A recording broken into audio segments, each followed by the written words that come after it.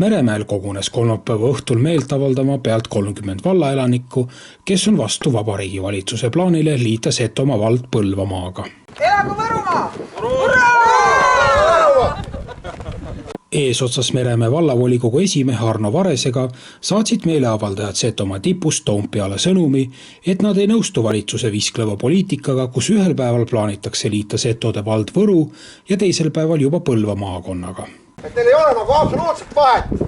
Nad on samasugused nagu Nõukogude Liidu aegsed valitsusjuhid, kes viivad reformi edasi, viivad meid sunniviisil asuma Põlva maakonda, kuhu me ei ole kunagi kuulnud ja ei taha ka kuuluda.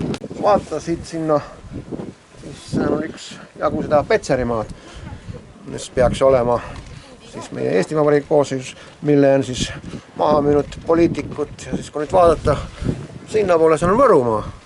Et siis mis järjekordselt siis Meremäe jaoks on järjekordselt poliitikute tagatoa mäng, et kui Nõukogude Liitu poliitikud tegid otsused teha Põlva rajoon, siis tänase päeva võimul olevad poliitikud teevad samasuguseid käike.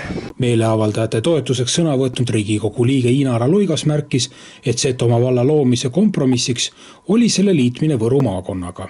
Aga kui valitsus sellest kokkuleppest taganeb, tähendab see inimeste petmist. Ma olin tollel koosolekul, kus Setud otsustasid, et kui Setomaa vald tuleb, siis selle suunaga, et Setomaa vald hakkab kuuluma Võrumaa alla. Ja niiviisi tehti ka esimene määrus valitsuse poolt, kus öeldigi, et Setomaa vald kuulub Võrumaa alla. Aga nüüd viimasel ajal, ma ei tea siis kelle jonn või kius või kes tahab juba esimesi poliitilisi valimispunkte saada, otsustatakse, et Setomaa vald hakkab kuuluma Põlvamaa alla. Et sellist juttu mitte kunagi pole Setomaal räägitud, selliseid otsuseid pole kunagi vastu võetud, nii et mul tekib selle otsusega päris hirm, et inimeste käest enam ei küsita, otsustavad ametnikud kabinettides, mis on täiesti lubamatu.